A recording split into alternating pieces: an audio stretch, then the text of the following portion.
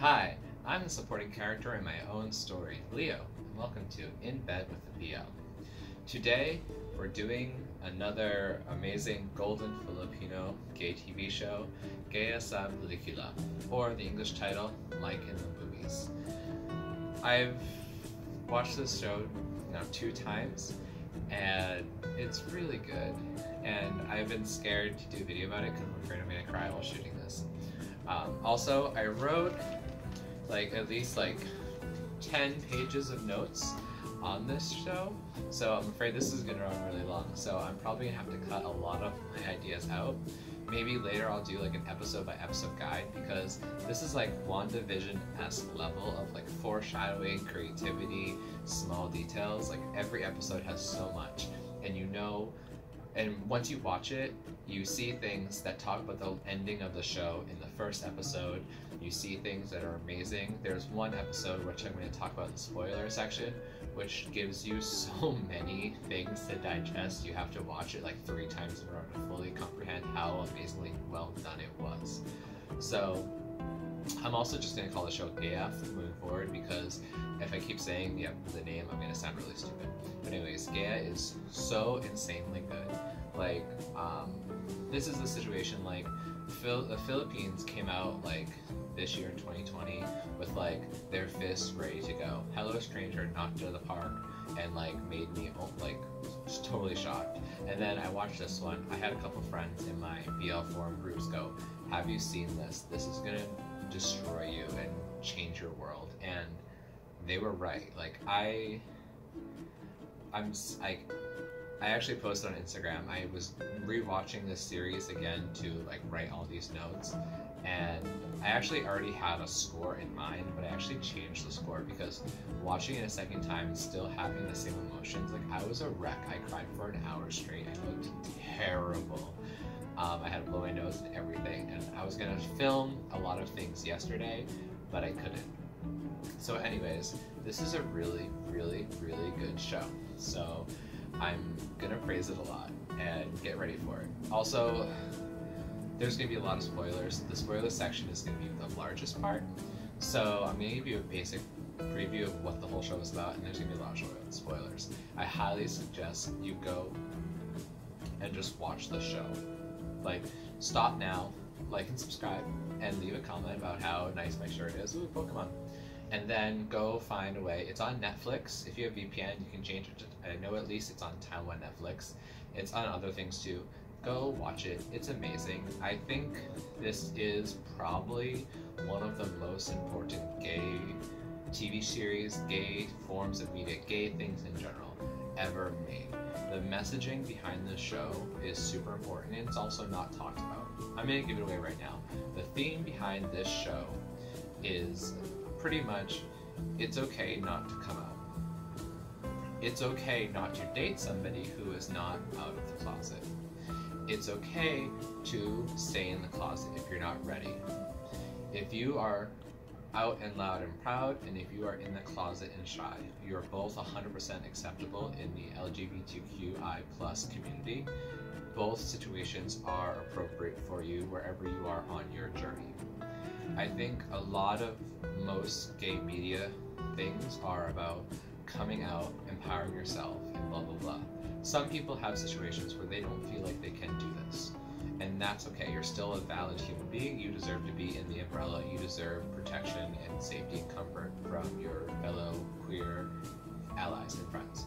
So a TV show that is pretty much all about how hard it is and being accepting and loving for people in this situation. The main character, Carl, is closeted, and he's not offensive, he's not bad about it, he's just terrified. Some people are scared, and that's okay. And it's just about accepting, having your own speed, and coming out and doing these things. And that's 100% valid, and I'm glad there is a TV show that does this, and it does it very, very well. So please watch this. Please tell your friends to watch it.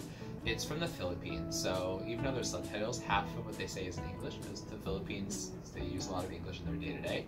So it's actually not even that hard. You can understand at least 50% of it without having to read. So if you're an American or if you're someone who's lazy, you can still enjoy it. It's visually stunning, the characters are good.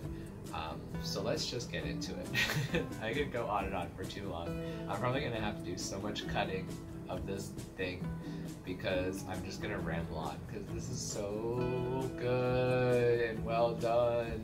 Like I said, if you had fun with like a Marvel thing or like a WandaVision and looking for Easter eggs and stuff, this show has so much of that.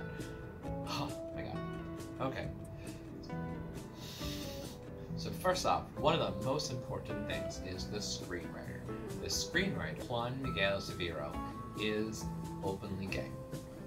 I was able to find on internet in English, so that he has said that he is a gay person. He has written many other things that have to do with queer-esque things. He is out and proud, so we have a gay screenwriter. Super important for a gay story. Does not happen that much in BL, so that is amazing. The director, J.P. Harback, I don't know his sexuality, I could not find information about it, and it's not my place to cast about it. People have told me they believe that he has said he is in the homosexual or he is in the LGBTQI+ spectrum, but I don't know, so I'm not going to do anything about that. But he has made other director-esque situations for the queer community. So even if he is just an ally, he is a good ally and is very supportive of gay rights and LGBTQI media and representation. And the cool thing about this is both of them have said in interviews that they wanted LGBTQI+ cast members in the show. They were directly looking to have people of, this is a show about gay people, so gay representation in a gay media situation. They have said that sometimes that is hard because pretty much what this is about, that having and saying, oh, these are gay actors, maybe the person doesn't want to come out yet. So they had a bit of struggle about saying you have to be a gay actor, so they actually took that away when they were looking for their actors and actresses because they didn't want to force somebody to come out just for a job, which I think is very respectable. And their hearts and minds are in the right place when doing this. Because that is a weird situation too. If you're an actor, and maybe you are afraid to come out and you shouldn't have to do something that maybe is against or you or what you want and makes you scared for money. So I think they did a really good balance, and at least with Carl, I'm not sure about anybody else, but Carl is openly gay and he is an advocate and he is a really cool person in general. So they were able to do a great cast that has LGBTQI inclusiveness. So good job on director and screenwriter. I'm also, so this one and I believe Hello Stranger also thanked Still Together as like a good representation of gay stories and gave them inspiration to do this. A lot of people are really into Still Together and Still Together. And I don't get it. I think the show is fine. I watched it. It's a very simple show, but I would never say that is a good representation of gay love. In fact, I think it's actually kind of offensive. I'm going to do a video about that also because I watched it. I liked the first season. I got through some of the second season. I'm going to watch it again, but I wouldn't say it's a good representation. There are much better ones, and I think both Hello Stranger and this one, who have credited together, are both much better representations of gay love stories in media. So, whatever the reason why that gave them the idea to do these shows, I'm glad it happened though, because they did a great job. Home run. Let's talk about our characters. This is a very small cast. But the way they did it was very interesting because even though it's a small cast and there's actually not much background characters, which if you watch things like Bad Boy Street, which I think is a French film, and there's like no background characters, it looks very weird and creepy, cheap, and like almost scary, like Ghost Town worlds. But even though this world has not too much background characters, they do interesting things to make it feel fully realized. Like Vlad's conversation with Justine, where it's on like a Skype-esque thing, and she lives in another place. She's no longer in the Philippines. I think she's in maybe Thailand. She's wearing like those Thai pants, but she's in another place, but she's calling from across the world, so it kind of makes the world feel lived in. Mostly this is a Vlad thing because he also has calls from his ex, Carl has calls from his parents, and it feels lived in even though there's not too many people there. So that was a really good job. Anyways, let's talk about the cast. So we have Carl and Vlad. The main story is through mostly the eyes of Carl. He is moving into his uncle's apartment because in his family tradition, men at this age will go live by themselves for a year, get a job, and do all those things they need to do to become a good, strong man. Vlad is living next door. He comes from a more wealthy family, and he has some history, and he's running away from his family, essentially. He doesn't want to go back home. And they meet together when... we'll get to that in a second, actually. We also have Judith, who is a super ally.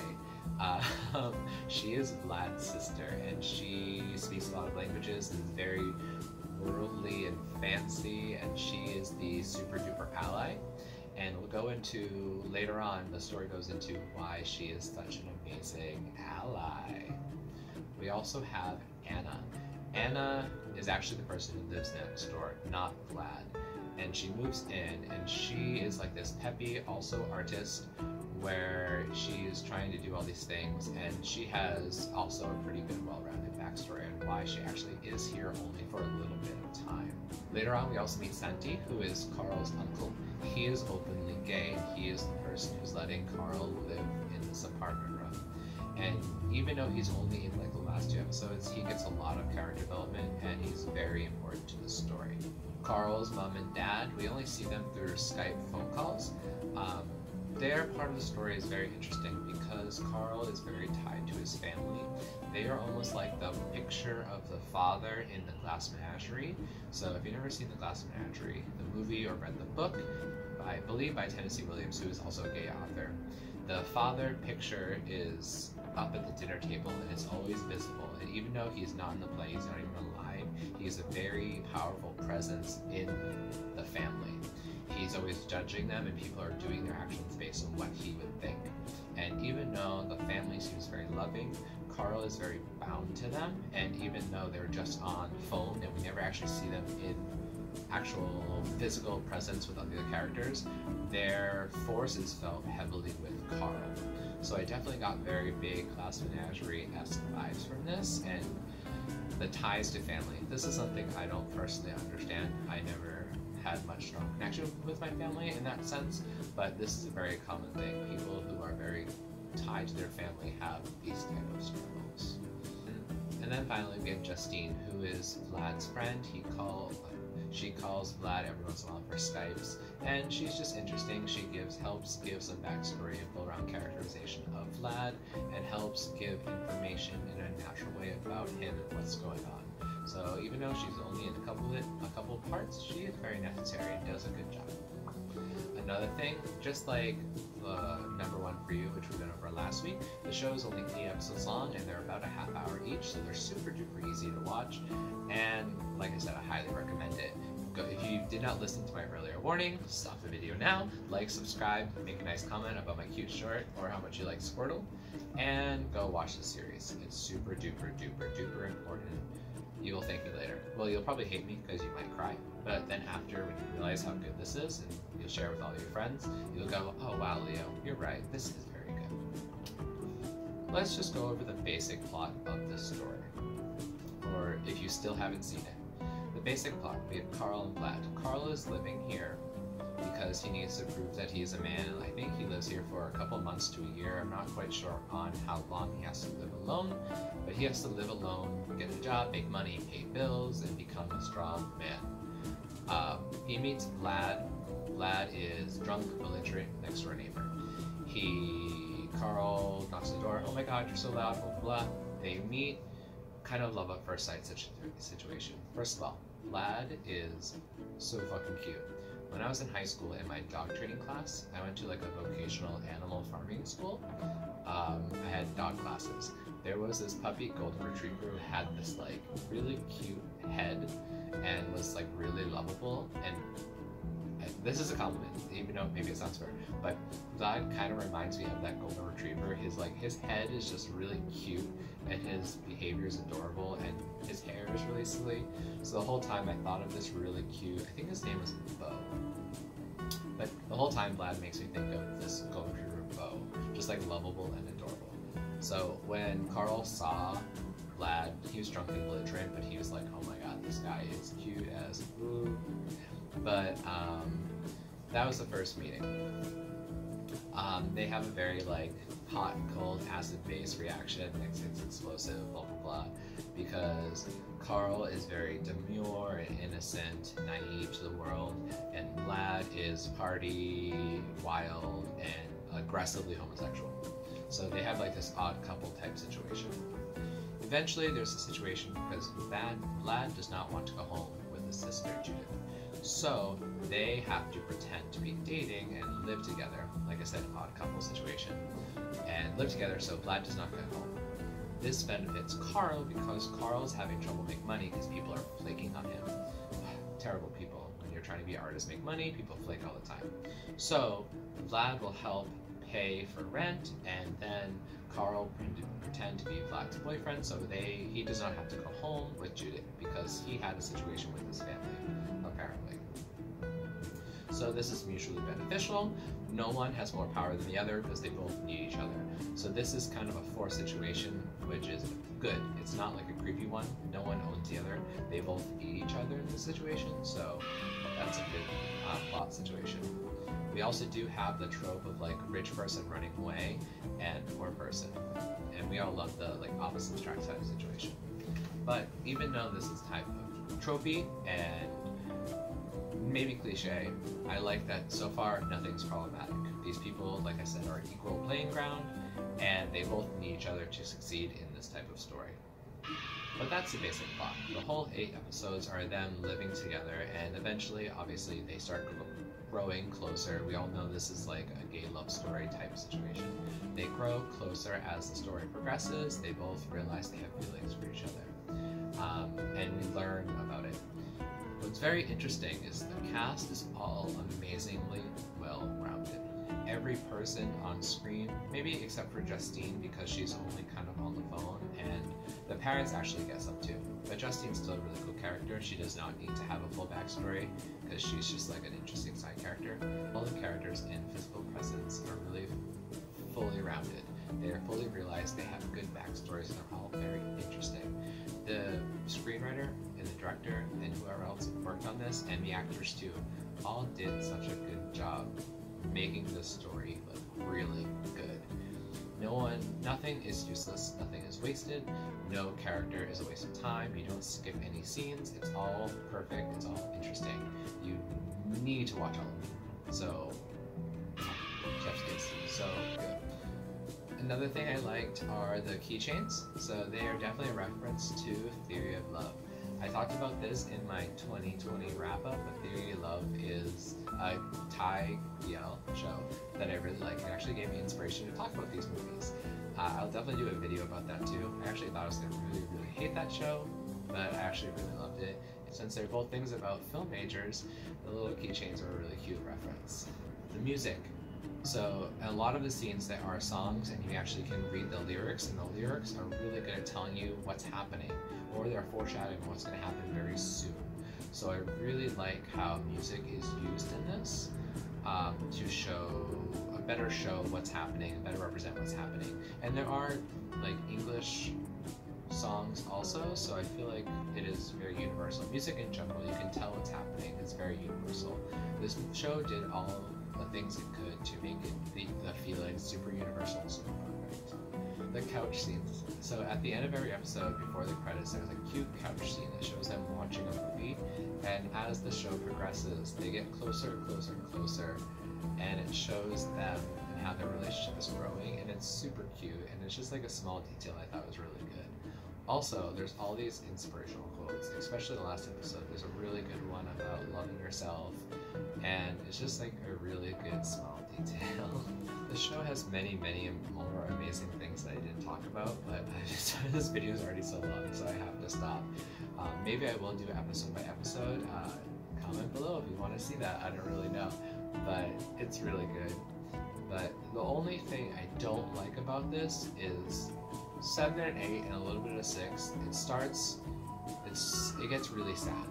the whole beginning of it is all fun and cute and romantic, and the last 2.5 episodes are just like a lot of drama and a lot of yo-yoing of drama. Like a bad thing happens, they're okay, then the similar bad thing happens like a day later. When I first watched it, it frustrated me. I was like, this is so dumb. Watching again, I kind of understand it because of the whole Carl not out and the second drama in episode 7, 8, kind of like, it wasn't in his control, so I understand why it happened again. But I wish there was maybe a little more spacing behind it, but it's still really good. That's literally the only problem I have with this. But anyway, so originally I was going to give this show a 9 out of 10, but upon watching it again, the fact that I was so emotionally invested and I cried for a solid hour after, I have to give it a 10 out of 10, because even though the ending kind of felt to yo-yo up and down this drama, the messaging I think is so powerful, so amazing, and it's so well done, and the foreshadowing and the snippets and the hints and the Easter eggs and the acting and the push for LGBTQI plus representation and the gay screenwriter and the ally or gay director and everything about this is just so appropriate and good. Yeah, it's a 10 out of 10. It has to be a 10 out of 10. So go watch it, go feel good, go be amazing. It's so good. Thank you for watching it. I'm gonna go cry now, and like and subscribe and comment. How do you feel about this show? Oh god. Okay. Bye.